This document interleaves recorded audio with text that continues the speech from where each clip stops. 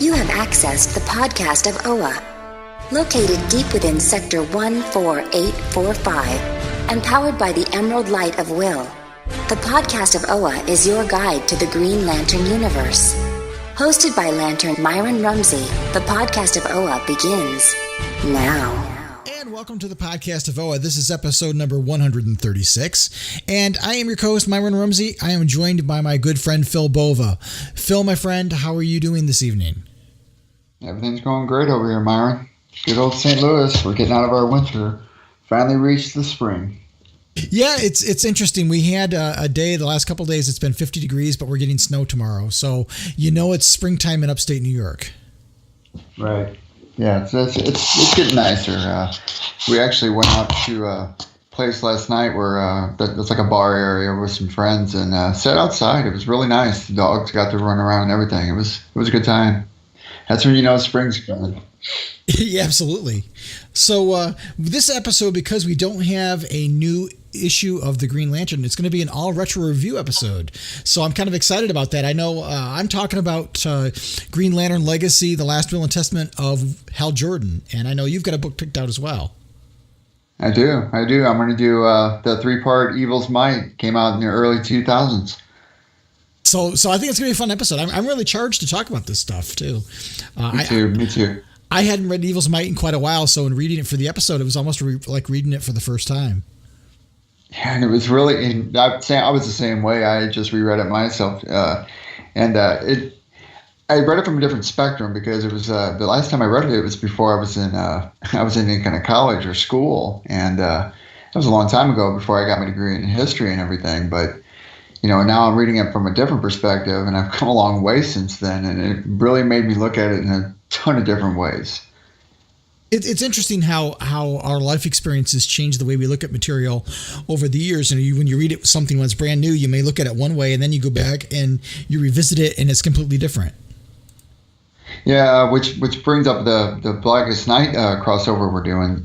It's going to be interesting to reread that because I'm in the same boat. I mean, it's been a long time since I've revisited that story arc, and that was what got me back into reading Green Lantern, back in that time frame, because I had stopped reading comics for a little while myself, and that story arc got me back into comic books. It really, really drew me back in, and a lot had to do with Geoff Johns. Yeah, I'm really excited to talk about that stuff. That'll be great. Now, In terms of what's going on in terms of Green Lantern news lately, there hasn't been a whole lot of news, especially on the movie front. We know that Geoff Johns is writing the script, and everything we thought we knew about what the Green Lantern Corps movie was going to be is out the window. But the big news, I think, in terms of Warner Brothers movies is the departure of Kevin Chuzahara, who stepped down as the president of Warner Brother Pictures. And I don't think it's going to have a huge impact on DC films.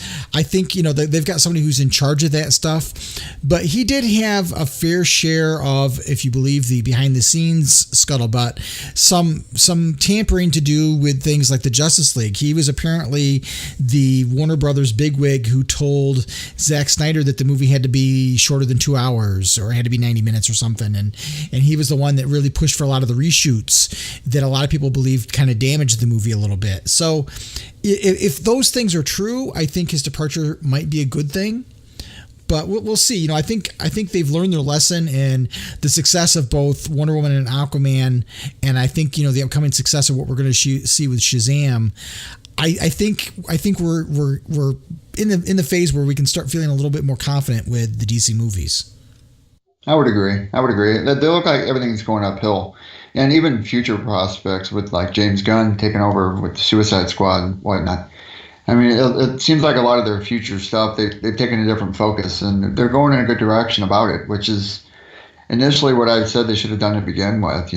They needed a lot of character build-up, and to me personally, I like Justice League. I like Batman versus Superman, but it felt like a rush project that they wanted to try to get out there and inject in the public just to compete. And while you can appreciate that on one hand, on the other hand, you can't really do that because, there's a certain amount of lead up that gets people enticed and involved. And I don't think they did it correctly at first, but I think the route they're going in now is more intelligent, and I think it'll make people appreciate the characters more before they intertwine them again.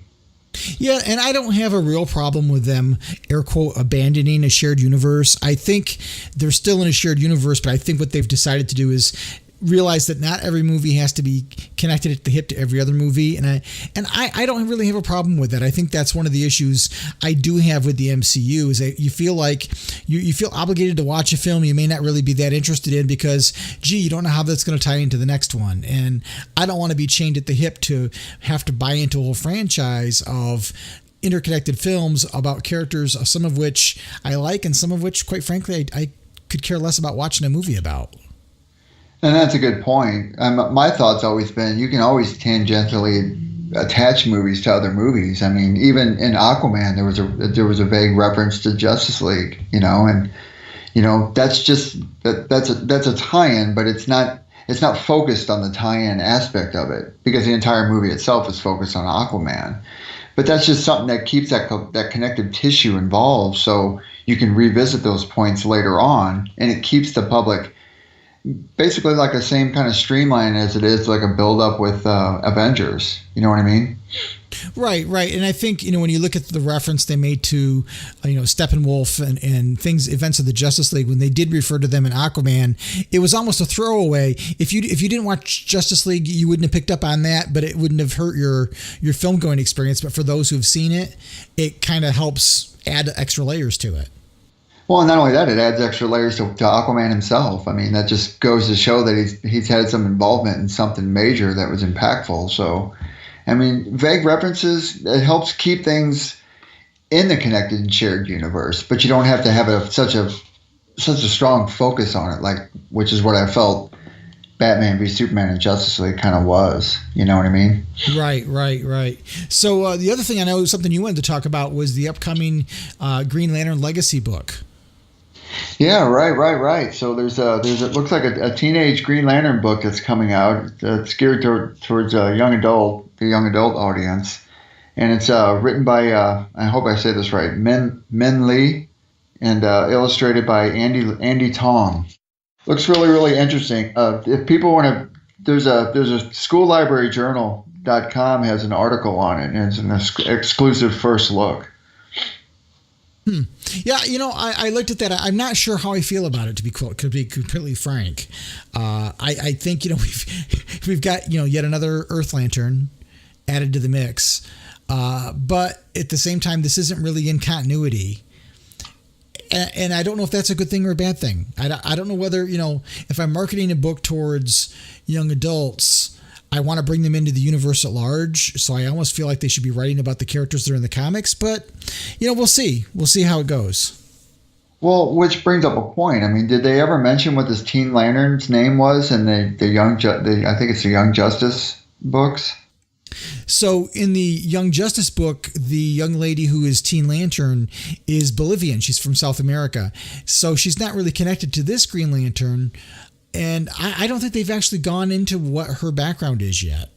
Okay. I was just wondering. I know I get what they're trying to do. I get the focus of it and what they're trying to market, I guess, especially with the young adult section.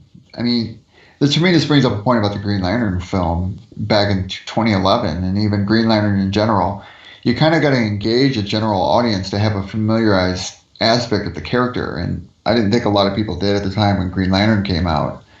That said, with Jessica Cruz now heavily involved in a lot of offshoots and stuff like that, I mean, to me, they're marketing a different kind of a young adult, which is the boys, opposite what Jessica Cruz is doing with the females.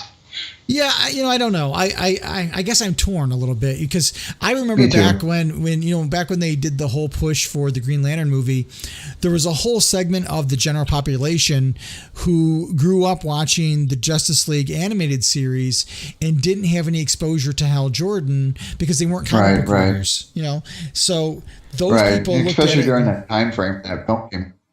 Yeah, and they felt like the character was being whitewashed. Well, it was just they don't know. And so I guess I look at things like this book and does that paint a false impression to those young adults that that character's not really going to be in the comics, and are they going to feel disenfranchised when the Green Lantern Corps movie comes out, if indeed it ever does get made, and it's not this character, or it's not Jessica Cruz? That's true. That's a good point. So, we'll see. I hopefully people are more resilient than they were, or more flexible than they were back in 2010 when the Green Lantern movie was announced. Because I remember on Twitter there was a whole uproar of people who were proclaiming up and down that the Green Lantern character had been whitewashed, and it was just their lack of knowledge, and you had to educate them. But boy, some people were just irate about it. Right, they really were. I remember that. I was excited when it came out. I remember. I reflect back. I was there opening night. It was cool. I always reflect back on it as a cool time. I can't rewatch it again though. I just don't know if I can. I haven't got myself to the point where I really can rewatch that film. I don't much care for Ryan Reynolds as the character, so it's kind of tough to swallow. Yeah. There were problems there. There were things I liked, but there were things that I really didn't like. But it is what it is, and it's history. And well, it's gone. Yeah, it was 8 years ago. I think we should be able to move on to better pastures with this. I agree, and I have. Moving on. So let's take a quick break, and let's get back and let's start talking about Evil's Might, because I'm interested to talk about that one. Very cool. Great.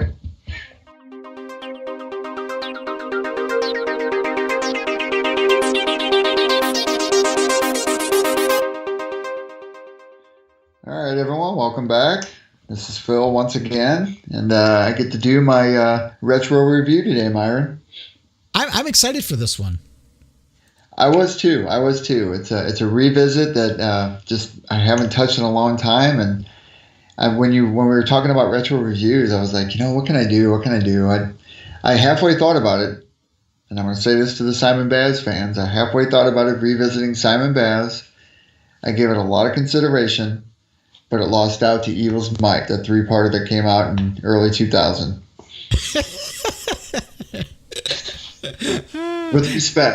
With all due respect to the Simon Baz fans. But it wouldn't be a podcast of OA if I didn't get my slam against Simon Baz just once, and I'll just give the one, and that's all I'm going to say. Okay, we're going to hold you to it. Okay, all right. So on with Evil's Might. It's a 3-part series. It's an Elseworld story, which those are always interesting. I know I'm a big fan of them. I don't know about you, Myron. Yeah, I've enjoyed them. I think my favorite one is Gotham by Gaslight. Yeah, that was really, really good. And I'm not even really, really a big Batman fan, but that one was it was a good book. All right, so Green Lantern Evil's Might, 3-parter, written by Howard Chaykin and David Tishman. The art was done by Chris Chuckery and Marshall Rogers and John Caballero. Yeah, I think that's what that is. What did you think about the art, Myron, real quick, before we get into the book itself? I like the art. The one thing that did strike me as odd was seeing Hal with blonde hair. I had a feeling you were going to say that. It was funny because I haven't read this 3-parter in a long time, and when I went back and reread it, I'm like, is my copy just faded, or is his hair blonde? I didn't really think I noticed it the first time around. I think the thing that got me the most, not visually, but, and we'll get into that in the story when we talk about it in a minute, was how much of a jerk Alan Scott was. Yeah, I think that was one thing that I thought was odd about this one, because usually the Elseworlds, the characters are kind of true to themselves. Now, you could argue Red Sun, Superman wasn't true to being Superman, but he was true to the Superman you see here. It was odd to see Alan being this thug, and the same with Hal being this corrupt cop almost. It really was, and that's what makes it a trip when you read these Elseworld stories. I mean, especially when you're such a fan of one particular character like Green Lantern, and anybody who's a Green Lantern fan that listens to this podcast should take the time to read this 3-parter. It's not long, but it's really, really an interesting twist on the Green Lantern universe, especially if you haven't have any Irish in you. Yeah, definitely. Did you? I could not find Guy Gardner in it. Was he not in it? No, I don't think he was. I really don't. I didn't see him anywhere, and I didn't see any kind of allusion to the character. Yeah, it was weird to me that they used Alan and Hal and Kyle and not John or Guy anywhere, which was kind of strange to me. Yeah, I agree. There was a way they could have put John into the storyline. Though, I mean, historically speaking, I don't know if it would have helped his character or not. Does that make sense? Yeah, because this book takes place in the Depression era, so I think if they had used John and they tried to be true to history, it might not have gone over very well. Right, and that's kind of what I thought when he wasn't in this a lot, or when he wasn't in this book. Guy Gardner, I don't know why they wouldn't have put him in there. I mean, he could have fit easily in there. Look at his background, Right. I almost could have pictured him like they used Alan Scott. I could have seen Guy Gardner instead of Alan Scott in that whole section. Right. So it was real interesting for the writers that they chose these two particular characters. So what we'll talk about, issue 1, it kind of starts off, like you said, in the Depression era in the late 1800s, and it starts off in the streets of New York. And if anybody's familiar with it, I don't know if you've seen the film yourself, Gangs of New York, they'd be familiar with some of these characters in this story. Definitely. It definitely tried to capture that whole era where the crime was kind of rampant and everybody was corrupt. And it was almost like the Untouchables, but a little bit earlier than that. It really was. And they did allude to prohibition in this book, oddly enough. That's what was kind of funny about it. So we kind of start off on the streets of New York, and it's kind of humorous because at the time, Kyle Rayner is running with this, what is it called? The Brawley Greens? Yes. Right. So he's running with this gang of they're called the Brawley Greens, and kind of a thugs. They go around and kind of hire to collect money from people or whatnot, people that owe to them. And he gets involved with, takes on the forces of Boss Tweed and Tammany Hall. He starts getting involved with not wanting to do what these people do, and they go around and beat all these people up, because it's a pretty graphic book if you look at some of the images that are in here. Oh, definitely. And it's like, they're doing insurance scams where you're paying insurance to keep anything bad from happening to you, but they're the things that would be bad that were happening to you. Exactly.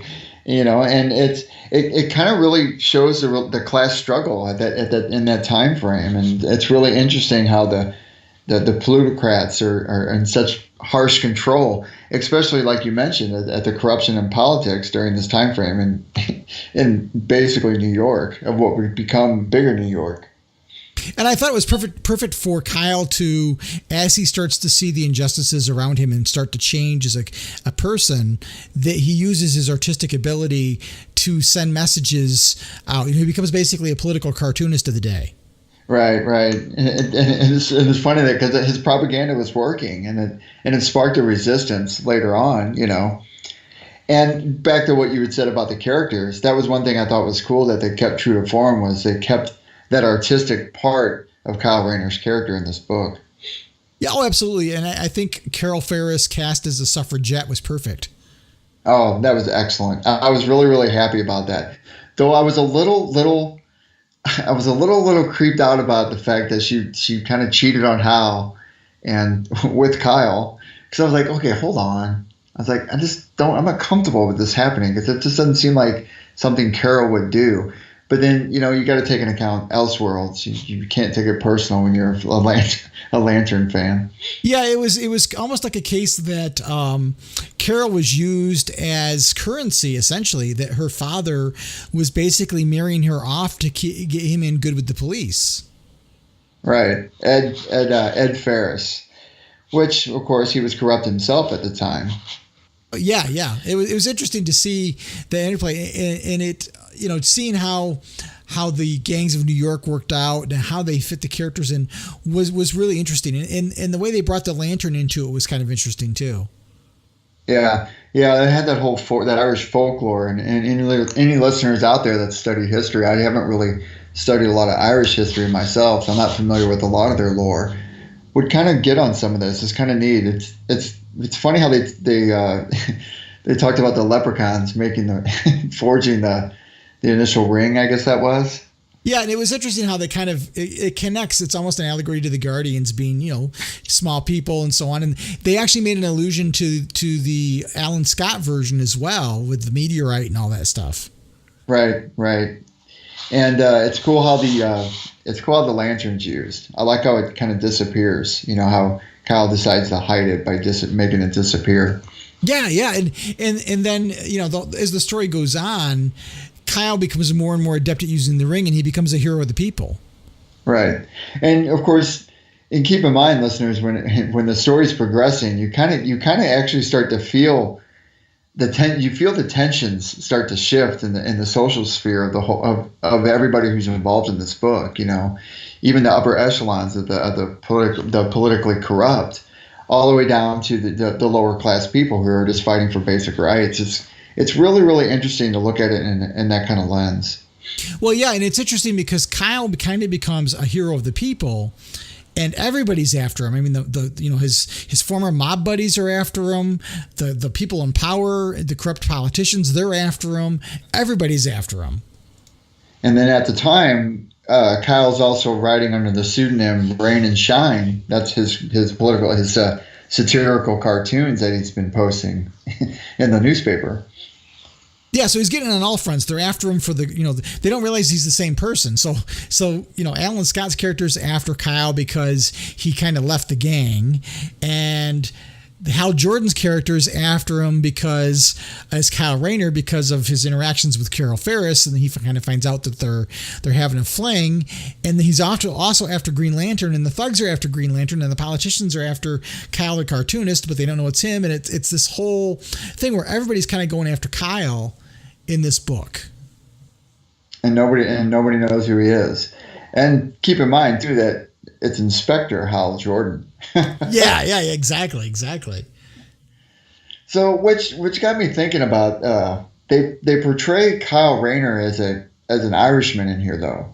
They kind of allude to a lot that's his heritage and that's his background. Which, familiarizing myself with Kyle Rayner, he's not Irish though, is he? Isn't he Latin? Well, it's interesting because it's not really been consistent. He's essentially partially Irish and partially Mexican, I believe. Okay. I apologize to the Rayner fans.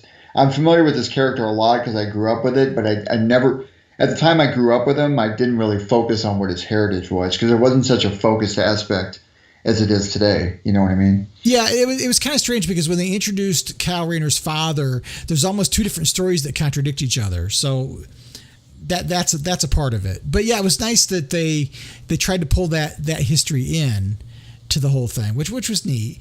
I don't want to talk about the ending yet, but I think where the story goes is really quite interesting because there's literally a passing of the torch.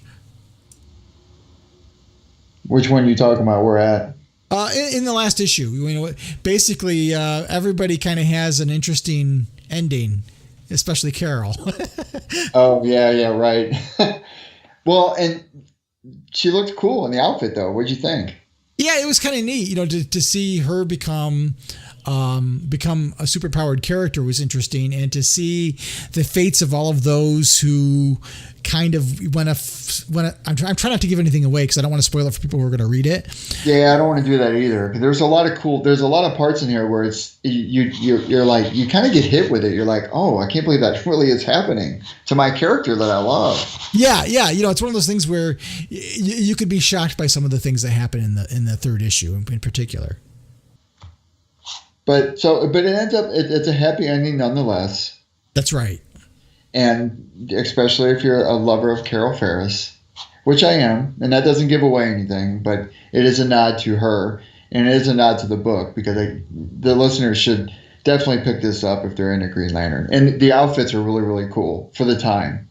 Well, I thought it was interesting how Kyle's outfit echoed Alan Scott's classic Golden Age outfit. Yeah, it really did. And oddly enough, Alan Scott's did not echo that Golden Age in anything.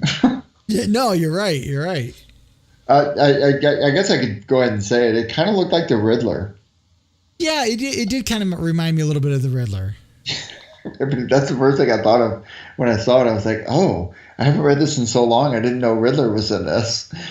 And then I was like, okay, wait a minute. That's Alan Scott, which I'm a big fan of Alan Scott. I wish they'd bring him back in some fashion. I don't believe this 3-part miniseries has been collected. Do you know if it's been collected as a trade or anything? I don't, because all I have is the 3 issues. Yeah, I only found the 3 issues, and when I was going out to look like at Amazon to see if it was there, because I like to tell people where they can find it, I was not able to find it anywhere. So I don't believe this has been collected as a trade, which I'm kind of surprised. Which may make it kind of tough to find. Yeah, definitely. I think you can find it on Kindle, and I don't know whether it's on Comixology as a digital book. It may be. I may take a look real quick and see if I can find it out there. But yeah, it may be hard to find, but it is worth pursuing it if you can find it. It's really, really cool. And the art is really, really an interesting take, and it kind of reflects that time frame. It really, really shows the conditions. I mean, it felt like it pulls you in, and it really, true to form, it's an Elseworlds title, and it really, really pulls you into a different kind of universe.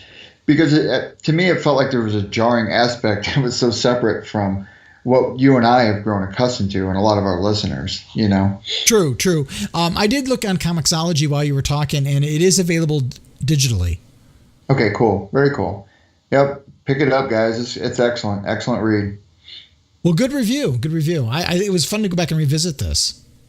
I agree. I totally agree. And we need to keep with the form and make sure we do our retro reviews, because these are getting really, really fun. Absolutely. It's really kind of a charge to go back and reread some of this stuff that we haven't visited in a while. I agree. All right. Well, let's pause for a moment, and we'll come back and we'll talk about Legacy, The Last Will and Testament of Hal Jordan. All right. Sounds great, Myron.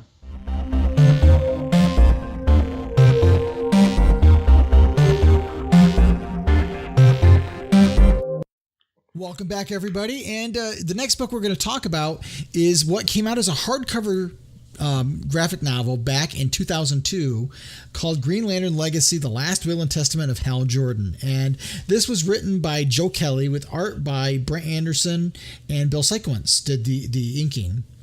And this story, just to kind of set the stage, it was published in 2002. Part of the story was influenced a little bit by the September 11th attack on the World Trade Center. That was still fresh in everybody's mind when this was being written.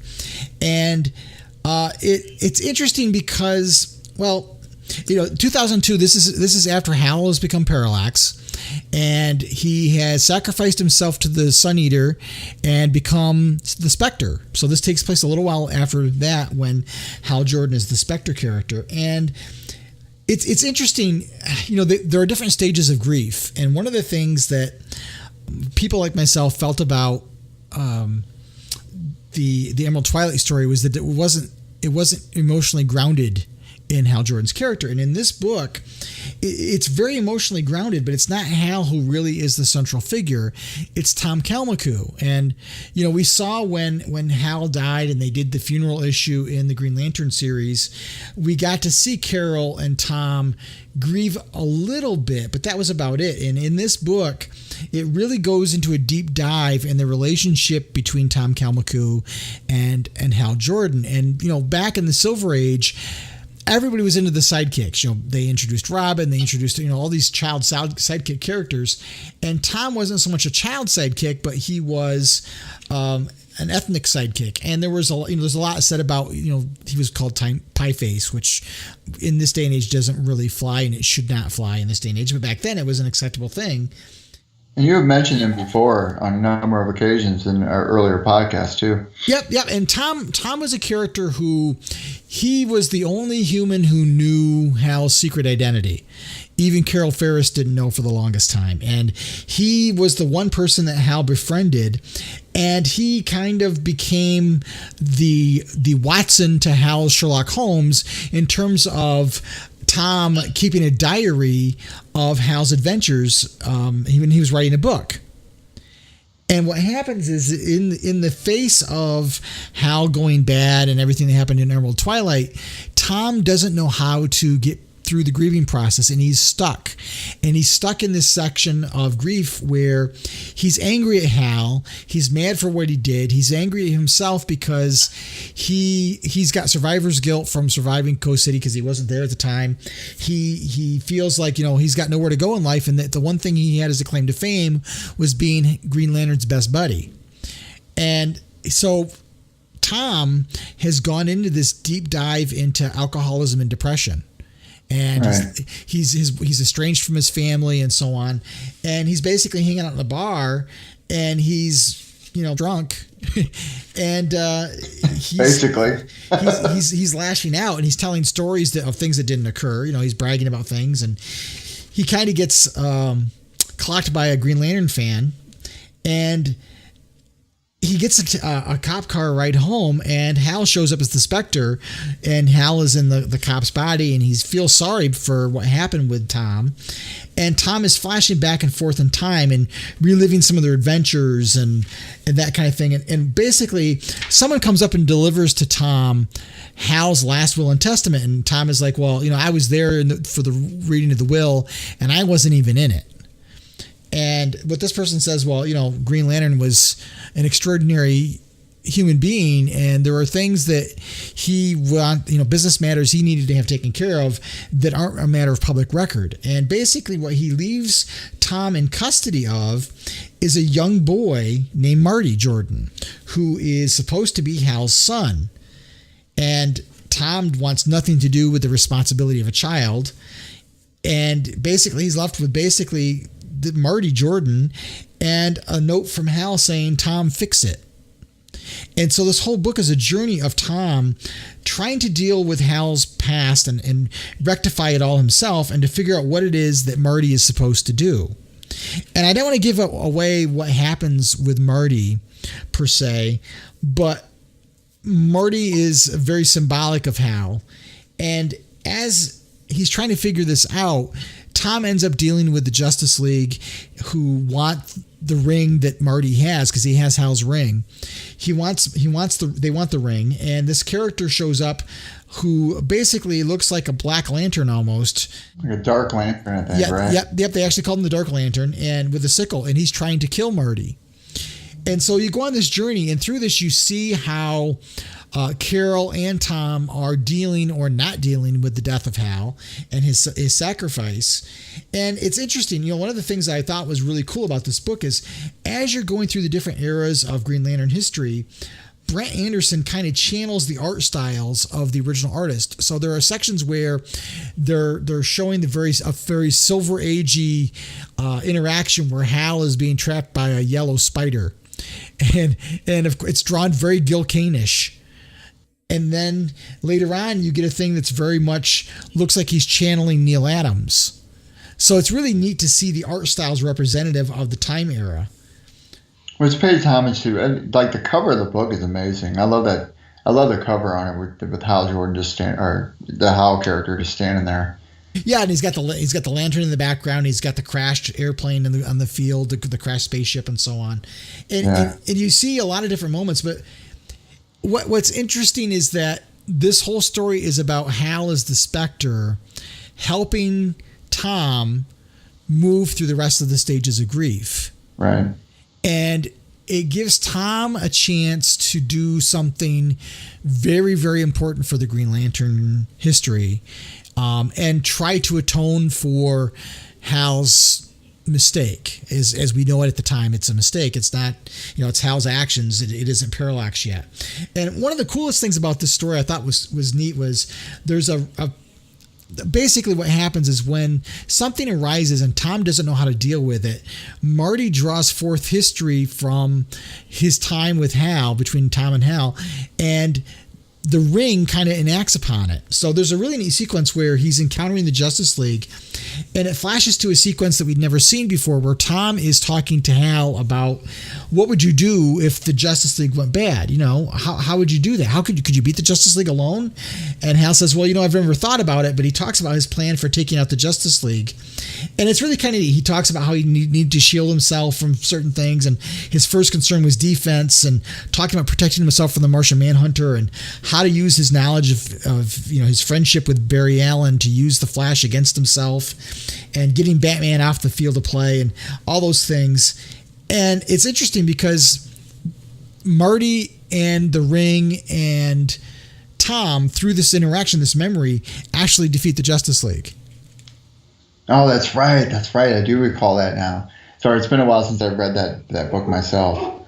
But it's neat because we've always talked about, well, Batman has a secret protocol, and this is a case where Hal actually has thought about how he would deal with the Justice League in that situation, which I thought was cool because we never really saw that before. Right. I thought this was really, there's some things that don't hold up in terms of continuity, in terms of some of the characters that are in the book, because you see characters like Boudica, and you hear about the supposed fates of Tomar 2, which end up not being true, but it kind of still fits in terms of continuity. And I like how it's hardback cover, collected like that, just by itself, a standalone. Yeah.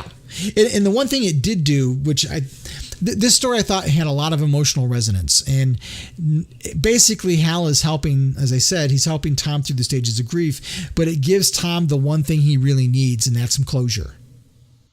Yeah. Now, whatever happened to Tom Kamaku? We just saw him not too long ago in The Green Lantern. The issue where Hal kind of puts the Earth under arrest. He's talking to Tom, who was in Alaska at the time. That's right.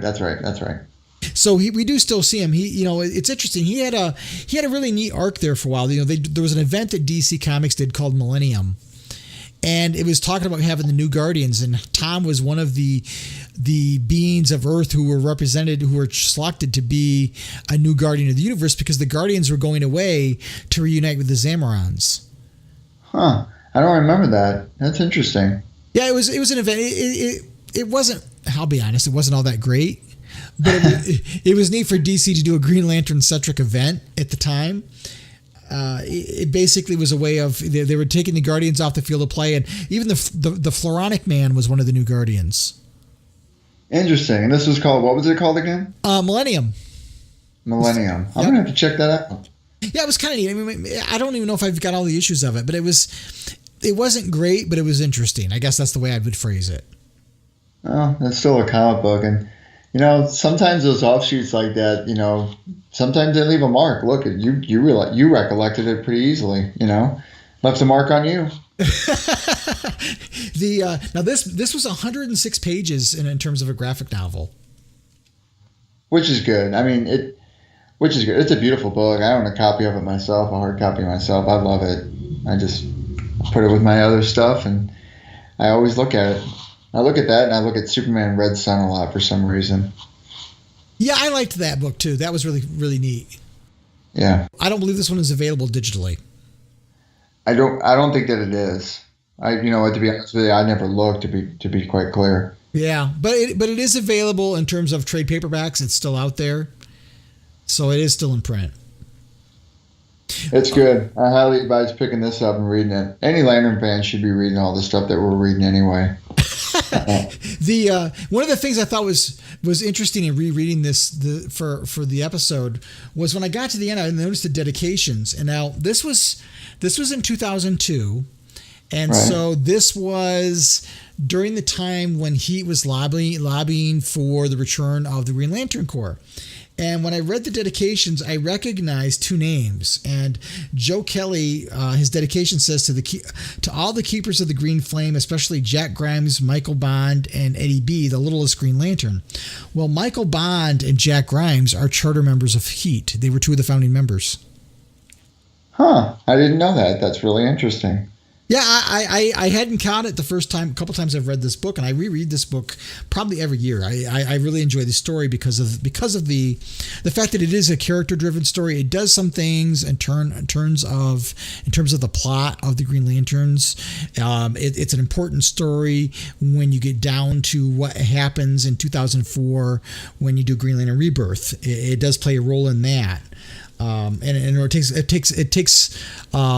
it takes a role in what happened in the Green Lantern series during that time frame too. So it had some repercussions, but yeah. And it was emotional. It was an emotional book. I mean, it had a heavy pull to it. Absolutely. You start reading the book and you're kind of angry at Tom on how he reacts, but then as you realize he feels left out because Hal never said goodbye. Hal didn't put him in the will. He's left on his own and he doesn't know how to cope. And everybody can. That's relatable. That we've all been through that. Well, absolutely. And like I said, it's part of the grieving process to go through that anger phase. But what happens when you get stuck? And it's interesting to see Hal come back and help his friend as the Spectre without doing a whole lot. I mean, the Spectre doesn't really influence things a whole lot. It's all about what takes place that we didn't see. It takes place off camera that sets some things in motion, and it's Tom stepping up to do something very important. Yep. Yeah, very cool choice. I like that one. That was good. That was 2 good retros. Absolutely. So, I highly recommend people reading it if you haven't read it yet. If you can pick it up and not spend full cover price for it. Like, back in the day, it was a $25 book, which isn't too bad. But, back in the day, $25 was a lot more money. It really was. Well, hate to say it's still a lot of money now. True. That is true. So we have a whole lot of listener feedback. So we need to take a quick pause and come back and go through some of the comments we've got from our listeners. All right, sounds great, Myron. This is Salak, Green Lantern of Sector 1418, and you are receiving the podcast of Oa. The podcast of Oa. Welcome back, everyone. And, I think you guys set a record. We've got 5 pieces of listener feedback, which I think is the most we've ever gotten for a single episode. It is. When you posted it up here and I started reading, I was like, that's a lot. But that makes it fun, man. We get to go through some cool stuff tonight because there was a lot of good listener feedback. Absolutely. And some of it came via YouTube and some of it came through the website and some of it came by emails I got. So it comes a little bit from every place, but I really appreciate everybody who takes the time to give us some feedback. We even got one from Argentina. Which is really, really cool. Absolutely. It is cool stuff. All right. So first off, here we have Shadow of Batman. Ugh, another Batman fan. Via YouTube. With respect, there's just a lot of yes. All right, Shadow of the Bat says, was glad for this podcast you guys talked about Hal's character. And yeah, I totally agree. Hal's character isn't always on display. I love that this issue is about Hal's history. Yeah, I mean, it's true. I mean, when he's talking about the Green Lantern, right? The issues 1, 2, and 3. Yeah, he was talking about our last review when we reviewed issue 5, a couple weeks ago. Gotcha. Which it's true, and I like what Grant Morrison is doing with the character, with not only just the character, but I like how he's making it his own. If that makes a lot of sense, I've gotten used to it by now. Yeah, I still struggle a little bit with the continuity stuff, but I'm trying to walk that part of myself back a little bit. Right. But yeah, that issue was definitely a very much a character-driven one. I totally agree, and I think a lot of what we're seeing in Hal, even though I still see a lot of Hal's personal side in this. I don't know if you do, Myron, but I still see some of it. But I also do see that he's changed a little bit, but in a certain kind of way when writers shift like they do. When you go from a Venditti type of writer to a Grant Morrison type of writer, there's always going to be a certain disconnect. I think it's going to have to happen. Yeah, I think each writer comes into it and you're getting their interpretation of the character or how they view the character, and so you can have some subtle shifts. I find because I've been reading Hal for so long, I see his character even in the subtlest of things. Right. Because I'm reading it through that lens, and I think what I liked about that last issue was that it didn't require somebody with that history to get it. Right. Exactly.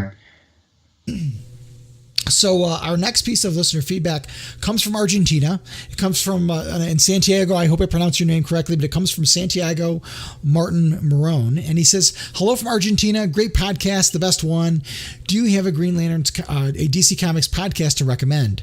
Thank you so much for the feedback. We do greatly appreciate it. This is something we do for the love of it. And so the fact that you enjoy it makes me very, very happy. In terms of DC Comics podcast, I listen to mainly just two shows. One is the Lantern Cast, which I consider our sister show, because they're also Green Lantern centric, although they do things besides Green Lantern comics. They've been doing some movies and stuff too. And the other one I really like is Raging Bullets. And Raging Bullets is the show that got me into doing the blog of OA and doing the podcast eventually. But Raging Bullets is two guys from Ohio who go very much in depth into the comics that they're reviewing, and they cover the whole spectrum of DC books. They kind of pick their favorite issues of the month, and that's what they talk about. But they do a deep dive, which I really appreciate. And the episodes are longer because they do a deep dive into them. How about you, Phil? Do you have any podcasts you listen to that you could recommend? I listen to Lantern Cast. I do that one. I also do the Fire and Water podcast, the one about it's with Firestorm and Aquaman. Oh, yeah. I've heard of that one. Yeah, that one's pretty good because I'm a big Aquaman fan, and I've been following his character since I can remember too. So I follow that one as well.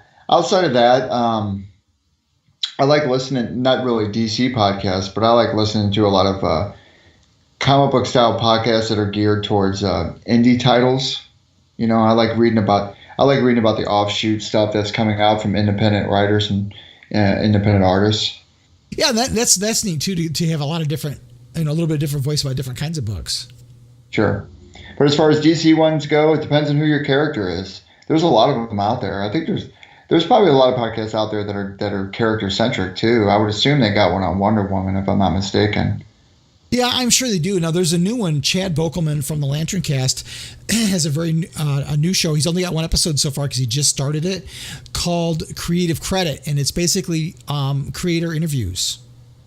Oh, that's really cool. I'm going to have to check that out. Yeah, his first episode is on Steve Rude. Excellent. Oh, I'm gonna have to listen to that.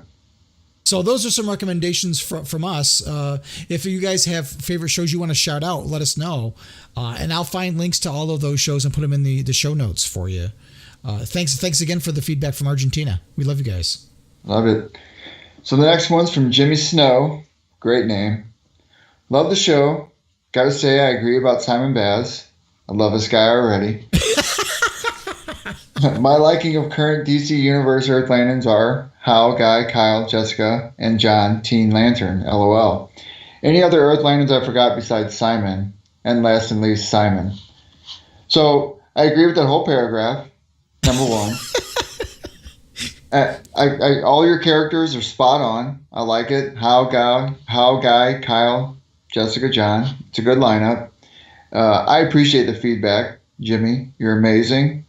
I appreciate that you listen to us. I appreciate that you take the time to write in this stellar piece of literature that just made my day and made me happy. Okay, Phil, you got to fess up. Is this really you? Yeah, it is. Are you Jimmy Snow? Jimmy Snow is going to have to validate that. So if there is a real Jimmy Snow out there, we need his listener feedback once again. The next we got is from Tomar, who we had some feedback from him a couple of episodes ago. And he says, hey guys, been meaning to write again. 2 quick points. First, thank you for producing a podcast that I feel comfortable listening to in the car when I drive my kids around. I don't have a lot on my playlist that's safe for preschool elementary kids.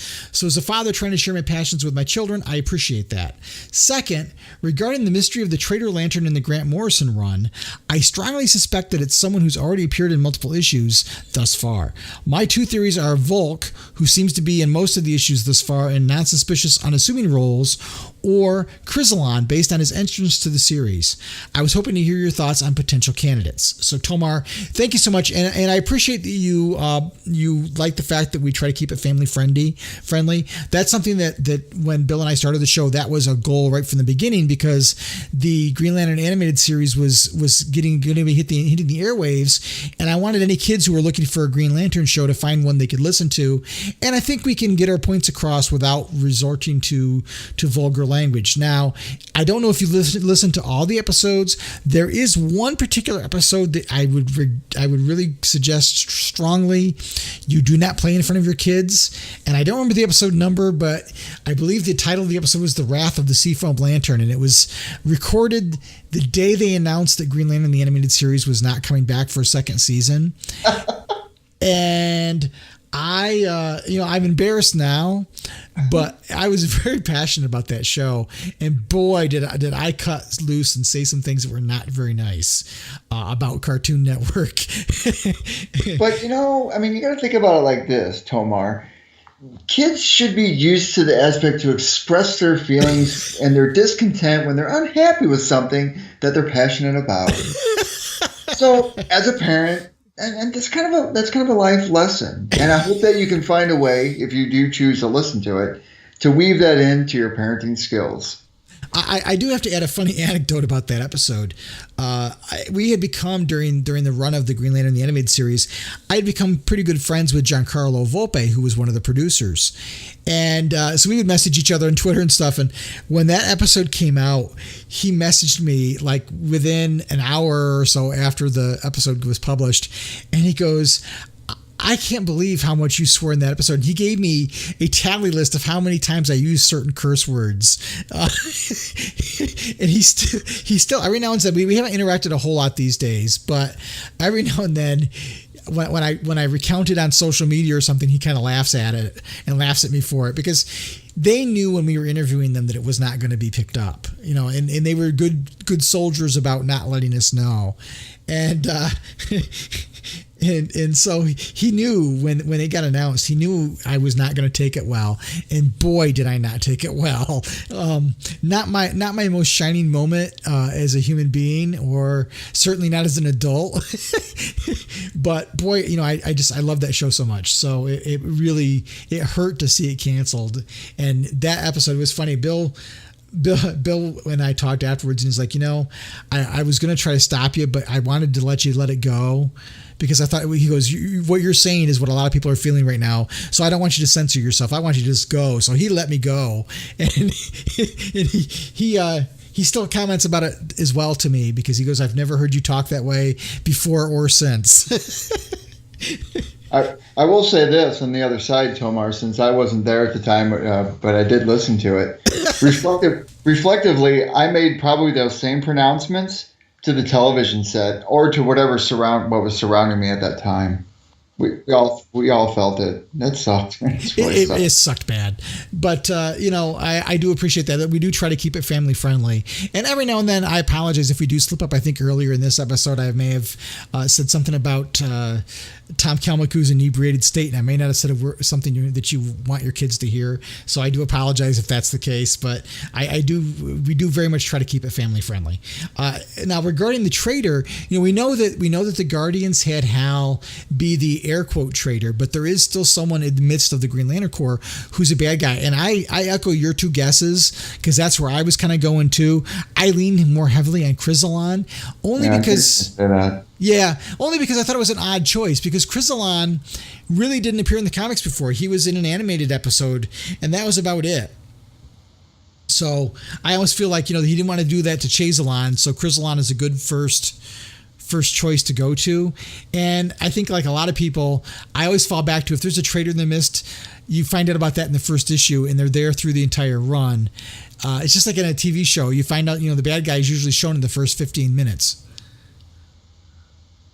Now, has Tomar written in before? Because I seriously got to ask. If that is his real name, which is really, really cool.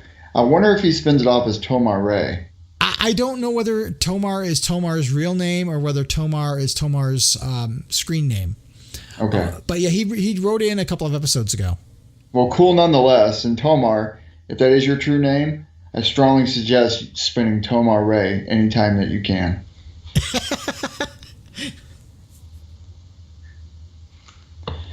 All right, so we're going on to the next one by Chad. Chad Brown. Uh-huh.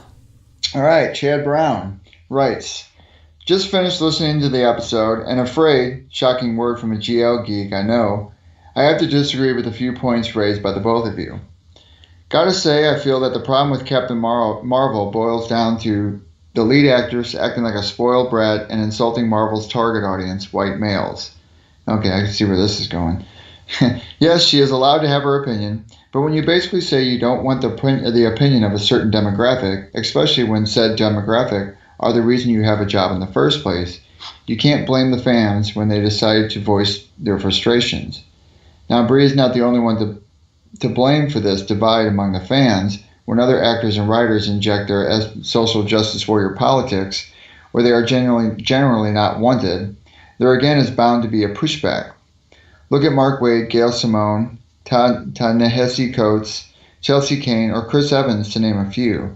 If they are not constantly attacking Trump, Republicans, or anyone that disagrees with them, they keep pushing their worldview and politics into every story instead of focusing on telling good stories. Just look at how they have and are still attacking Ethan Von Sciver, calling him a Nazi and hurling threats at him, his family, and anyone who associates with him. People are tired of it. As for the guy who posted the Avengers Endgame spoiler, while it may have been poor taste, he was well within his rights to do so, and as an adult, you didn't have to watch it or comment on it. Yes, you have the right to, but did you necessarily need to? The person could have been kind, not thinking, or a fan who felt others might not see it because they didn't want to see Captain Marvel. Just something to think about. Is this a continuation down here? Yep. Mm-hmm. Okay. Like yourselves, I remember when I would go to my pharmacy or local comic book shop bookstore every month to pick up my books, saving my allowance because I genuinely enjoyed the escape from reality they brought me. I no longer find the joy in them, thanks to SJWs and the division they have caused in the fandom. I no longer watch the movies, play the games, or watch the shows of Marvel, Image, or DC, companies that have brought me joy since the mid-'80s. It sucks, but I just don't feel it's worth it. I still listen to both of you and the Lantern Cast because neither of you pander to this mess, trying hard to censor my language, ATM. No problem. But instead, just try to tell the stories as they are and not divide our already fractured community. For that, I'm thankful to you and Phil, as well as Chad and Mark. Now that I have said what I disagree with you, I have to say I enjoyed the issue and this new run so far. I know some listeners might feel it's too soon for another Hal undercover arc. Renegade's still fresh in most of our minds. Side note to that was still one of my favorite runs. Back to Chad.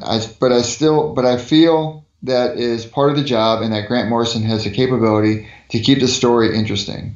If left alone and allowed minimal restrictions, not only interested in Doomsday Clock, though the return of Alan Scott does interest me.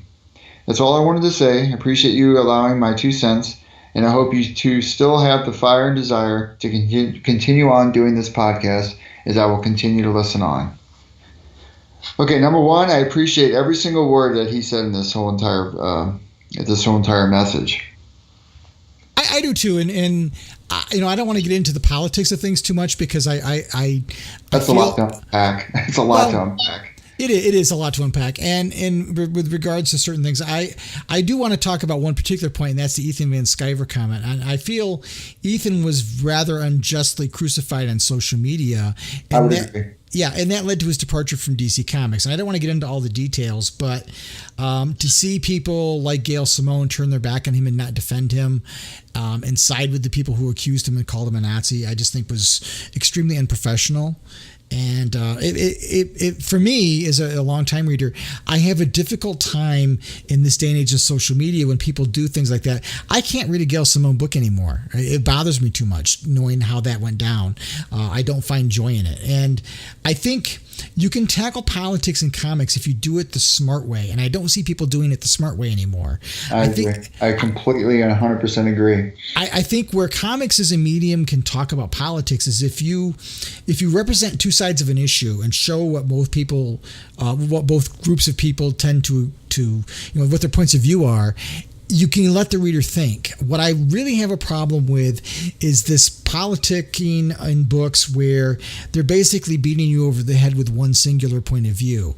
And I'll use Female Furies as an example of that. I don't know whether you've seen it or looked at it, but basically it's a book about the female New Gods characters from Apocalypse. And basically everybody on Apocalypse is representative of toxic masculinity. And I find it just boring and just juvenilely written in terms of we're going to paint everybody in the same paintbrush. That's not how society works. And I think most people, we're in the United States, we are politically divided between Democrat and Republican, and it seems like you either have to be far right or far left. Yeah. And if you're not either one, there's no talking, no meeting in the middle. And I think if we could have a real dialogue where we talk about our perspectives and our points of views, and we can respect them and still express how we feel and understand it's okay for somebody else to feel differently, we'd be getting somewhere. And I don't think the comics medium is helping us in any way, shape, or form right now. And to jump on that point, and like what a lot Chad was saying in his commentary, I mean, people need to grow up. I mean, we need to start acting like an adult society where we can start pushing differences aside, and be respectful to just the common people, just your fellow person, even with constructive criticism, which I think is such a lost trait in this day and age. And even with the students that I teach, I get that a lot in high school. They automatically feel like you're attacking them, and then it becomes an agenda, because then they take the attack to a personal level, because then they think you're coming at them from some kind of racial aspect or some kind of genderized aspect. And constructive criticism is there for a reason. It's there to offer an opinion and offer a different way of looking at things, but it still keeps what you have in mind respectful at the same time. And I reflect a lot of what you say, Myron. You either have to be on the left or be on the right, and if you don't, where are you going to stand? And it's like a push and shove kind of momentum, because I kind of get that a lot with a lot of my students.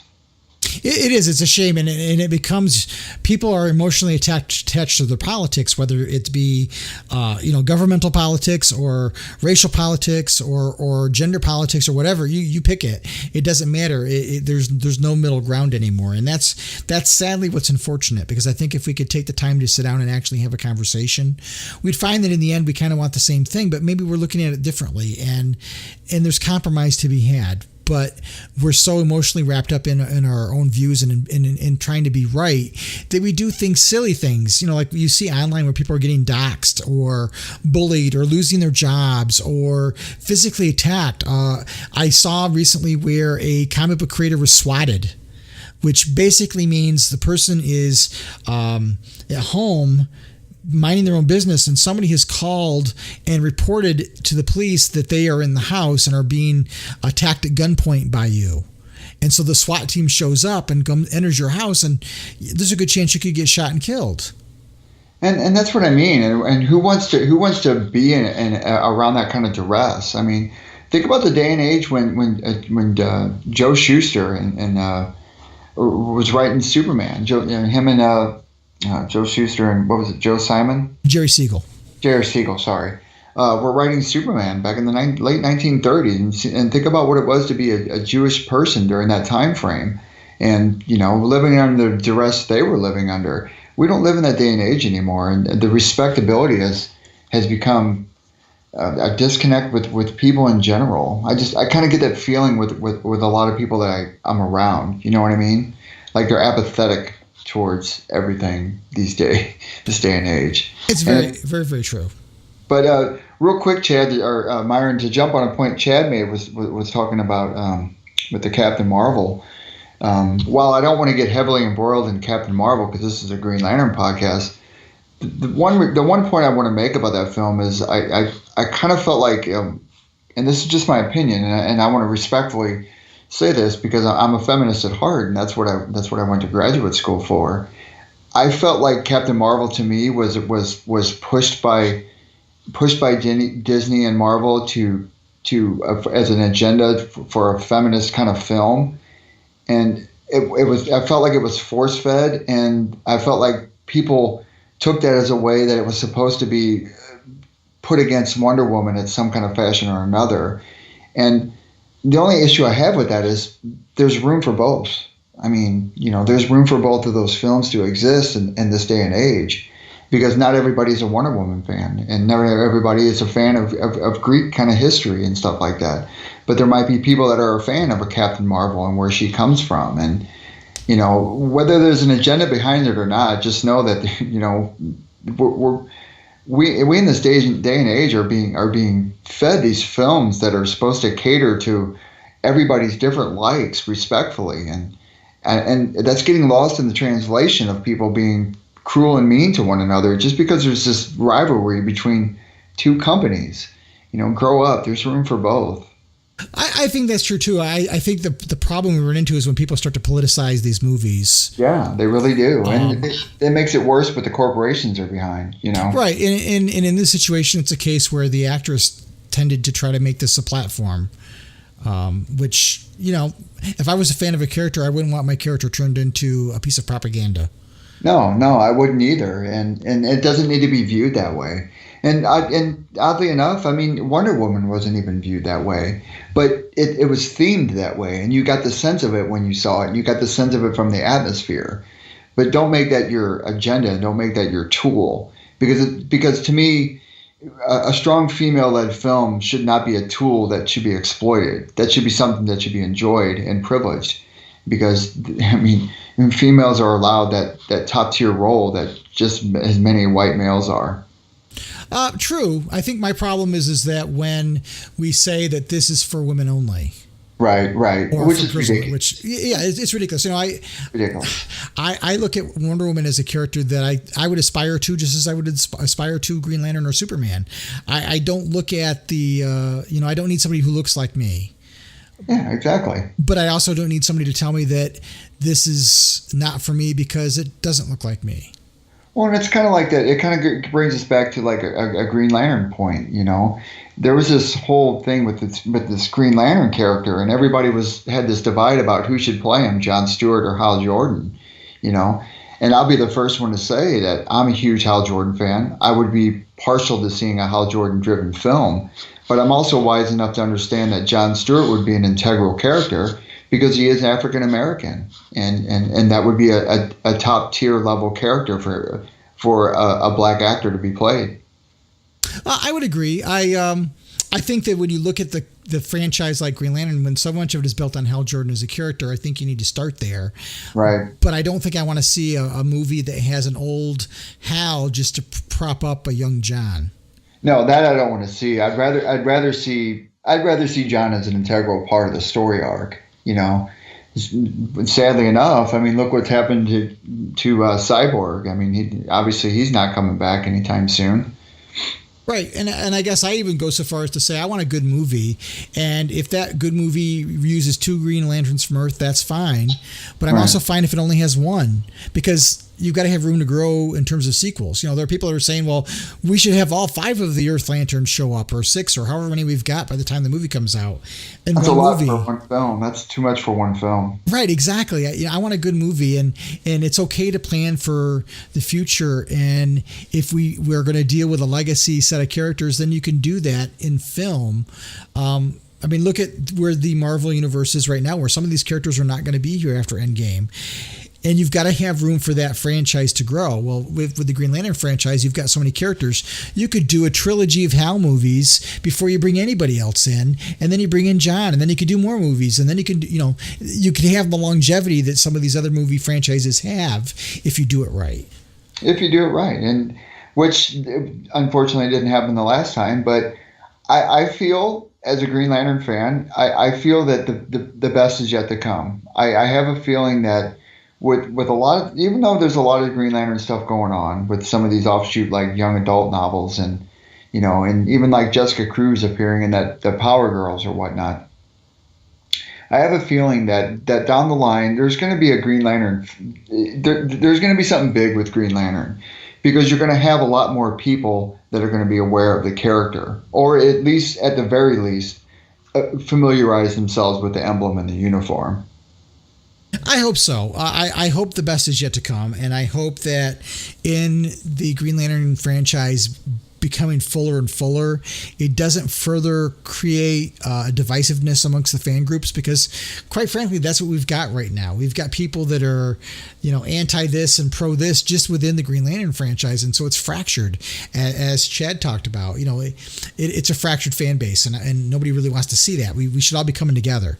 Right. I totally agree. And that was a good writing, Chad. I appreciate all your points.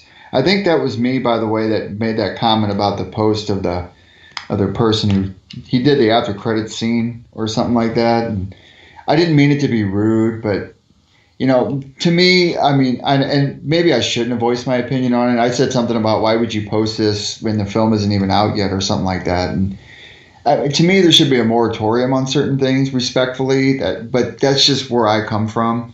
As far as who I posted it to, I apologize. It's like, look, I meant no disrespect. I just, was just saying, it kind of ruined it a little bit. I didn't want to see it because, I haven't seen it yet. So, but I apologize for that, Chad. If you took any kind of offense to it, just wanted to let you know.